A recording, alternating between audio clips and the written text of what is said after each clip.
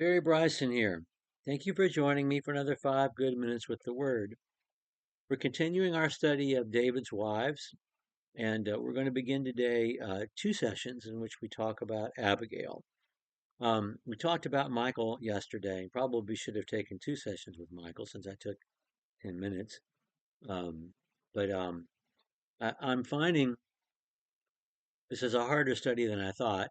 I know all this information, but it's hard to talk about David this way and to see this side of David. I love David. He is the man after God's own heart. The man who wrote Psalm 23, Psalm 103, Psalm 131. Um, the man who was the greatest warrior in the history of humanity and yet always described himself as an infant on God's lap or as the little lamb God takes care of. I mean, how can you not love this man? And yet, as a husband, as a father, he's not admirable, although he has his moments. And with Abigail, he has a moment. David's relationships with men are one thing, and his relationships with women are another, and we're shown both. And as we looked at the way he treated his concubines, as we looked at the way we haven't even talked about the way he treated his daughter yet. We'll talk about that later. We looked at the way he treated the wife of his youth. We don't see him acting admirably, really. We don't. We've also been talking about the agency that women have or the lack of it. And the concubines had no agency whatsoever, the ones that he shut up for the rest of their lives under lock and key and made them live as widows. Um, and Michael had very little agency. When she was a very young wife, a newlywed, she saved her husband's life. She had the plan, she made it happen, and she saved David's life.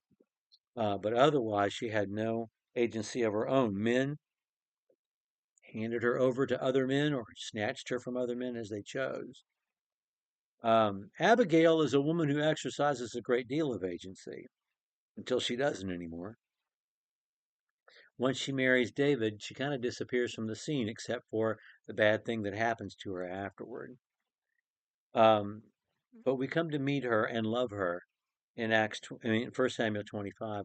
I don't know that there's a woman in the Old Testament, maybe Sarah, that is so fully realized as a person in the text as Abigail is. Abigail is one of the great women in antiquity, one of the great women saints in the Bible. The name Abigail means my father's joy. And it says something probably about her upbringing and the value that she had in her own father's eyes. I think all daughters, I have three, three daughters and three granddaughters. I think they should all be named Abigail. They're all father's joy or grandpa's joy. Being a girl dad is the best thing to be. I mean, it just is. And I think Abigail's dad probably felt that way too. And he married her to a very wealthy, influential man. Um, and he's not a good man, but we're not told that he was bad to her. In fact, it seems like she has something of a pleasant life, not with a man that she respects or loves, but anyway, she's living with this man who is a Calebite. His name is Nabal. For some reason, the Calebites, they named their kids awful names. Caleb himself, the name Caleb means dog. Nabal means worthless. I guess they also have cousins named garbage and and refuse. I don't know. Um, Buzzard boy or something. I don't know why they give each other names like this, but that's his name. And David is fleeing from Saul. He's with his mighty men, his 600 faithful soldiers, and they are this guerrilla band that are protecting the southwestern border from the Philistines and the Amalekites, while at the same time fleeing from Saul. Saul is using the army of Israel to try to find David. David's using his men to protect Israel.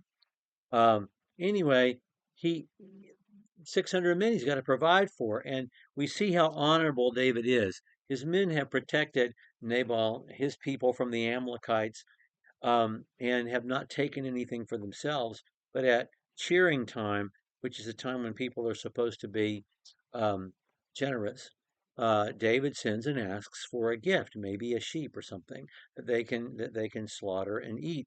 And Nabal, who is a boss man and who sees Saul as a boss man and David as an upstart, is disrespectful to David's people and sends them back and says, "Who are you that I should give you anyway?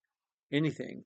And so David's testosterone level goes through the roof, and he tells his men, "Gird on your weapons, and see if I leave anyone alive of this household." And so 400 men, he leaves 200 behind. 400 men are coming to slaughter the household. And the servants find out about it and they panic and they run to Abigail, who knows what to do. So Abigail then collects everything she has in her larder. And we're told what it is, and it's a lot, but not for 600 men. It might feed 50 men. But she gathers everything together and she puts them on animals and she intercepts David. And when she sees David, she dismounts from her donkey and she prostrates herself on the ground before him. And she says, "On me alone, that the Lord lay your blame." In her speech, and we're going to read it. It's so amazing. "On me alone, my Lord, be the blame. Please let your maidservant speak to you, and listen to the words of your maidservant. Please do not let my Lord pay attention to this worthless man Nabal. As his name is, so is he. Now therefore, my Lord, as Yahweh lives, and as your soul lives, since Yahweh has restrained you from shedding blood and from avenging yourself by your own hand, let your enemies and those who seek evil against my Lord be as Nabal. And let this gift which your maidservant has brought to my Lord be given to the young men who accompany my Lord. Please forgive the transgression of your maidservant, for Yahweh will certainly make for my Lord an enduring house, because my Lord is fighting the battles of Yahweh. Evil shall not be found in you all your days." That's not true. "And should anyone rise up to pursue you and seek your life, then the life of my Lord shall be bound up in the bundle of the living with Yahweh your God." That is true. "But the lives of your enemies he will sling out from the hollow of a sling." Wow. That's David's origin story. "And it shall come about when Yahweh shall do for my Lord according to the good that he has spoken concerning you, and shall appoint you ruler over all Israel. This will not cause a grief or a troubled heart to my Lord, both by having shed blood without cause, and by my Lord avenging himself. When Yahweh shall deal with my Lord and remember your maid, when Yahweh shall deal with my Lord, then remember your maidservant." She said, let the blame be on me. And she says, "Listen, you don't want to do this. This guy's not worth it. He's worthless. And God has always taken care of your enemies. May Nabal be as your enemies." She's wishing death upon her husband here. Do you hear this? And then she said, "You're better than this. God takes care of you. And if you do this, this is going to be a mark on you and on your legacy when God makes you the king." And then she said, "When God makes you the king, don't forget me." That's agency in a lot of ways.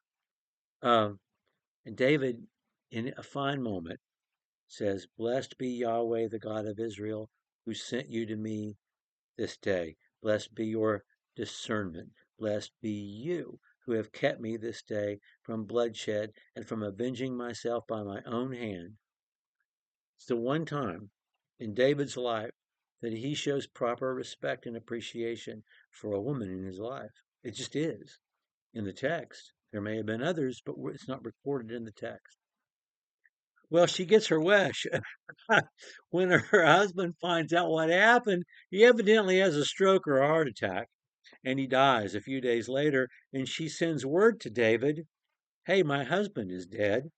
And so David sends and takes her as his wife, and she comes with 10 maidservants. She quickly 5, excuse me. Abigail quickly arose, rode on a donkey with her 5 maidens who attended her, and followed messengers of David and became his wife. And David had also taken Ahinoam of Jezreel, They both became his wives. But she became his wife, but not the only wife. We'll talk about what happens next time. Thank you for joining me for another, again, 10 good minutes with the Word.